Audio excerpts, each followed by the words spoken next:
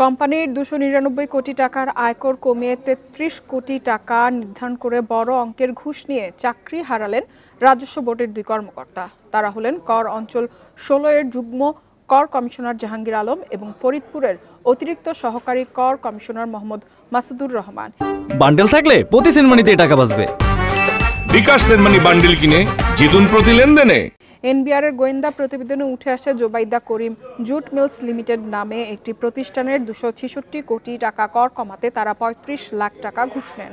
অভিযোগ প্রমাণিত হয় আলাদা আদেশে মাসুদুর রহমানকে সাময়িক বরখাস্ত এবং জাহাঙ্গীর আলমকে চাকরি থেকে বাধ্যতামূলক অবসরে পাঠানো হয়।